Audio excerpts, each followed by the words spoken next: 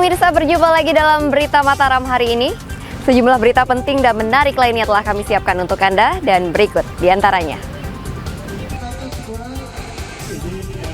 Tak lolos menjadi pegawai kontrak pemerintah, ratusan honorer di Lombok Timur protes diangkat menjadi P3K paruh waktu. Bawa 1 kilogram sabu-sabu, pemuda asal Aceh diringkus polisi di sebuah hotel di Lombok Tengah. Stok minim akibat cuaca ekstrim, harga garam di Lombok Barat semakin mahal. Bersama saya Rahai Jabar, inilah berita selengkapnya.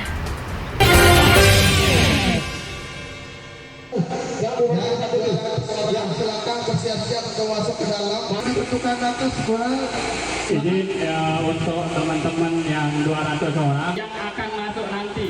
Ratusan tenaga honorer yang tergabung dalam Forum Komunikasi Honorer Daerah menggelar unjuk rasa ke kantor Bupati Lombok Timur pada Senin pagi.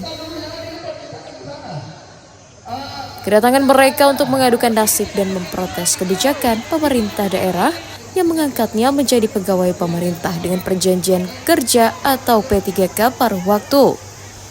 Massa merasa dirugikan karena akan menerima gaji mulai Rp500 hingga Rp750.000 per bulan dengan jam kerja menyesuaikan dengan OPD tempatnya bertugas. Massa meminta Pemda mengangkat mereka menjadi P3K penuh karena telah mengabdikan diri menjadi tenaga honorer selama puluhan tahun. Tuntutannya kan di sana jelas terkait bahwa honorium P3K paruh waktu itu mengikuti upah yang saat ini terakhir diterima sama atau mengikuti UMK sesuai dengan anggaran daerah. Oke lah, kita berbicara anggaran daerah. Tapi masa tidak ada ruang rule misalnya. Makanya tadi sebenarnya saya ingin mempertanyakan itu satu, bahwa bagaimana hitung-hitungannya kalau misalnya upah minimum P3K paruh waktu itu di antara 1,5 juta atau 2 juta saja. Apakah itu tidak bisa diakomodir? Sementara di aturan Kementerian Dalam Negeri yang nomor 900 itu di sana ada barang tidak terduga. Artinya bahwa masih ada peluang sebenarnya supaya teman-teman ini, masa ya sudah 16 tahun menjadi honorer harus menerima gaji Rp750.000. Merespon tuntutan itu, pejabat bupati yang langsung menemui massa mengaku hanya menjalankan aturan dari pusat. Ia juga menyampaikan keuntungan menjadi P3K paruh waktu karena akan mendapatkan nomor induk pegawai atau NIP resmi. Kita lihat kan teman-teman non-ASN di Lombok Timur juga ingin mendapatkan kepastian. Tetapi sebagaimana yang kita katakan, penataan non-ASN ini sudah menjadi ranahnya pusat. Kita ini tinggal melaksanakan. Kalau saya jujur mengatakan, sebenarnya kan tidak ada lagi yang diperdebatkan. Pemerintah pusat sangat akomodatif. Pertama soal kepastiannya, kan tidak ada seleksi P3K lagi. Tetapi nanti begitu sudah dikunci berapa tenaga non-ASN yang kita selesaikan, semuanya itu akan ada namanya masuk dia di dalam P3K paruh waktu. Karena belum puas dengan jawaban dari penjabat bupati, massa akan meminta legislatif memediasi mereka agar dapat bertemu dengan kepala OPD untuk menuntut kejelasan nasibnya. Utadun melaporkan dari Kabupaten Lombok Timur. Mari kita duduk bersama, kita sampaikan. Puluhan pedagang bersama organisasi kepemudaan menggelar unjuk rasa di Pasar Narmada, Kabupaten Lombok Barat pada Senin pagi. Warga memprotes buruknya penanganan sampah di areal pasar saat musim penghujan saat ini. Selain dibiarkan menumpuk, keberadaan sampah yang meluber ke badan jalan juga diklaim merusak pemandangan. Massa meminta Pemda serius mengelola sampah agar tidak menimbulkan bau yang menyengat dan rawan penularan penyakit. Tidak optimalnya penanganan sampah juga mengundang reaksi pedagang hingga anggota legislatif. Ini udah tertimbun, tidak pernah diangkut-angkut, kadang motornya katanya rusak, terus kita lapor ke kepala pasarnya juga suruh sabar. Gimana cara kita mau sabar kalau belatungnya udah besar-besar kayak gitu? udah masuk ke tempat saya jualan. Yang belanja juga nggak mau dia belanja karena baunya udah menyengat sekali. Ya, kami maunya bersih terus akses jalannya dibuka biar rame pasarnya. Peristiwa ataupun kejadian seperti ini, khususnya problem sampah yang ada di Pasar Narmada ini tidak terulang kembali. Kami berharap, kami mendesak kepada stakeholder terkait dalam hal ini Perindak dan Dinas LH melakukan rapat terbatas terkait dengan bagaimana pengamanan selanjutnya terkait dengan sampah ini, sehingga tidak terulang kembali sampah ini. Ini miris sekali. Merespon hal itu, Pemda langsung menyingkirkan sampah dengan menurunkan alat berat. Peralatan kita, terutama alat berat niki, dia baru dibeli niki bulan Desember akhir, tapi belum bisa beroperasi. Januari baru bisa beroperasi, tapi belum maksimal. Oleh karena itu, kita punya 2 alat berat, satu yang lama tapi rusak. Loader pernah kita manfaatkan sini ya, Pak Pasar, untuk menggerus semua sampah yang ada di sini, dan sudah bersih pada hampir 2 bulan yang lewat. Tapi namanya sampah ini bukan sampah pasar saja ini. Ini sampah luar, sampah rumah tangga juga ikut berkontribusi ngumpul di sini, ya.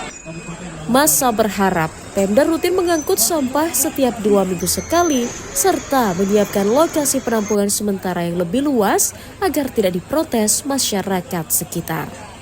Hairul Amri melaporkan dari Kabupaten Lombok Barat.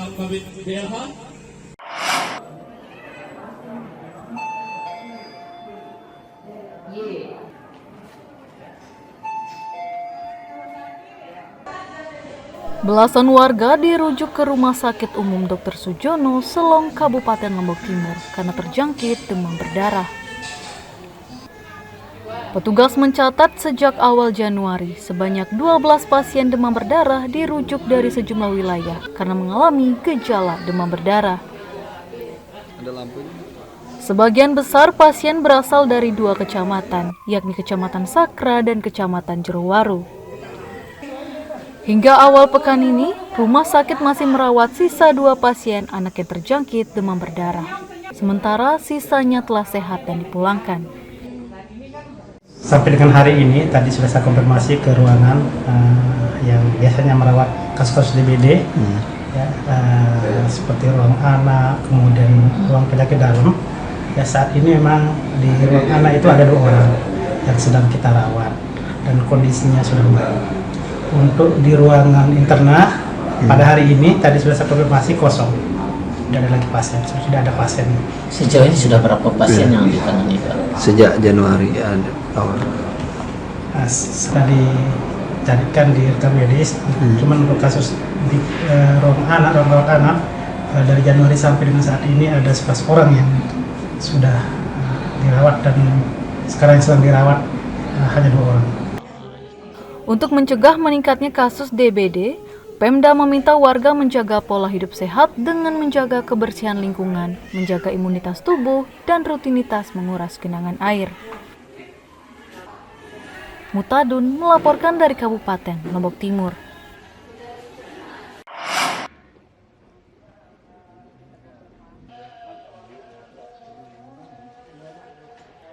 Dinas Peternakan dan Kesehatan Hewan Provinsi Nusa Tenggara Barat mengonfirmasi puluhan hewan ternak terjangkit penyakit mulut dan kuku di sejumlah wilayah. Petugas mencatat hingga minggu ketiga bulan Januari, sebanyak 67 sapi tertular PMK terdapat di 4 kabupaten yakni Lombok Barat, Lombok Timur, Sumbawa Barat, dan Dompu. Untuk mengantisipasi, Pemda telah menyiapkan 250.000 dosis vaksin yang akan diberikan kepada hewan yang sakit dan beresiko karena berada di wilayah terpapar. Pemda juga akan mulai memberlakukan pembatasan lalu lintas ternak antar daerah atau dari luar pulau untuk memutus rantai penularan. Sekian hari baru dia bisa lebih bebas. Kita bisa vaksin tahun 2025-2027 kalau ditanya kita minta sih maunya semuanya, cuman kan kemampuan negara kan nggak bisa memenuhi keinginan masyarakat kan. Yang dialokasikan kemarin rapat itu 280 ribuan vaksin ya. Kan kita distribusikan. Dan saya sudah kirim suratnya, tinggal di drop kita nanti baru kita distribusikan. Berapa di NTB jadinya? Kenapa? Sedikit tambah berapa tadi telat sih? 63. Berapa kasus temuan? 67. Pemda mengimbau warga tidak panik dengan penyebaran PMK dan fokus pada langkah pencegahan dengan tetap menjaga kebersihan kandang, memberi vaksin dan memberikan asupan makanan yang sehat untuk menjaga daya tahan tubuh pada ternaknya. Dari Mataram, Emi Kusuma melaporkan.